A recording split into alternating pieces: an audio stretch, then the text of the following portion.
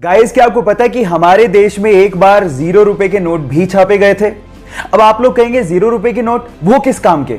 Don't worry, मैं आपको बताता हूं। ये 0 रुपए के नोट आरबीआई ने नहीं बल्कि फिफ्थ पिलर नाम की एक संस्था ने छापे थे और उन नोट्स के ऊपर लिखा हुआ था कि अगर आपसे आपके हक के काम के लिए कोई रिश्वत मांगे तो उन्हें ये नोट दो और हमें बताओ।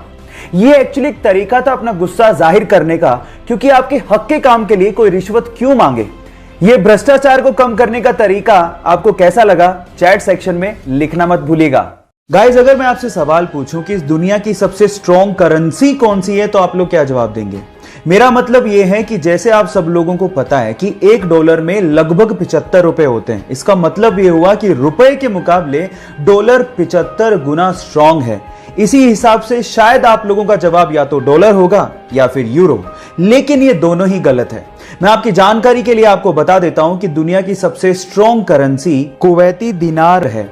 जैसे कि $1 में 75 रुपए होते हैं, €1 में 88 रुपए हैं, वैसे ही एक कुवैती दिनार में 245 रुपए के लगभग होते हैं, जो कि दुनिया की सबसे स्ट्रॉन्ग करेंसी मानी जाती है।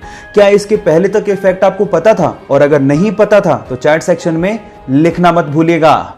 गाइस, क्या आप लोगों को पता है कि भारत देश के हर सिक्के के सन के नीचे एक ऐसा निशान बना होता है जिसे देख के आप अंदाजा लगा सकते हो कि सिक्का कहां पे ढाला गया है? जी हां गाइस, अगर डायमंड बना हो तो यह सिक्का मुंबई में ढाला गया है, अगर डॉट बना हो तो यह सिक्का नोएडा में ढाला गया है, अगर स्टार बना हो तो यह सिक्का हैदराबाद में ढाला गया है, और अगर कुछ भी नहीं बना हो तो यह सिक्का कोलकाता में ढाला गया है। क्या आपको इसके पहले तक इफेक्ट पता था? और नहीं पता था तो चैट सेक्शन में लिखना मत भूलिएगा।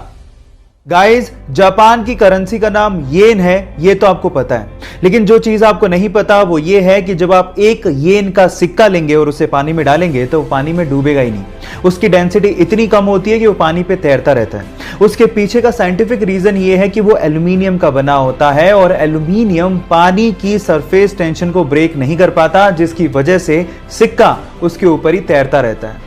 ये सिर्फ जापान के सिक्के के साथ नहीं है, ये फ्रांस और इटली के सिक्कों के साथ भी है। यानी कि ये तीनों कंट्रीज के सिक्के इतने हल्के हैं कि वो पानी पे तैरते रहते हैं। क्या इसके पहले तक के इफेक्ट आप जानते थे? और अगर नहीं जानते थे तो चैट सेक्शन में लिखना मत भूलिएगा। हमारी इंडियन करेंसी रुपए का ये सिंबल आप लोग कब से देख रहे होंगे, लेकिन क्या आपने कभी सोचा कि इस सिंबल को डिजाइन किसने किया? गाइस, फैक्ट आपकी नॉलेज को बढ़ाता है और नॉलेज अपने आप में एक मोटिवेशन होता है। क्या पता आप भी अमिताभ बच्चन के साथ हॉट सीट पे बैठे हो और यही सवाल 1 करोड़ रुपए के लिए आपसे पूछा गया हो, इसलिए ध्यान से सुनिएगा। इस सिंबल को डिजाइन किया है उदय कुमार धर्मलिंगा ने, जो कि IIT गुवाहाटी में डिजाइन डिपार्टमेंट में हेड हैं, और इसे 15 जुलाई 2010 को गवर्नमेंट ने यूज करने की परमिशन दे दी थी।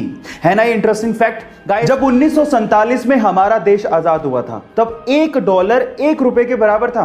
तो अचानक से ऐसा क्या हो गया कि आज $1 लगभग 73 रुपए के बराबर है? रुपया इतना गिर क्यों गया? तो चलिए आज इस वीडियो में मैं आपको बताता हूं। इसके लगभग 3 कारण हैं।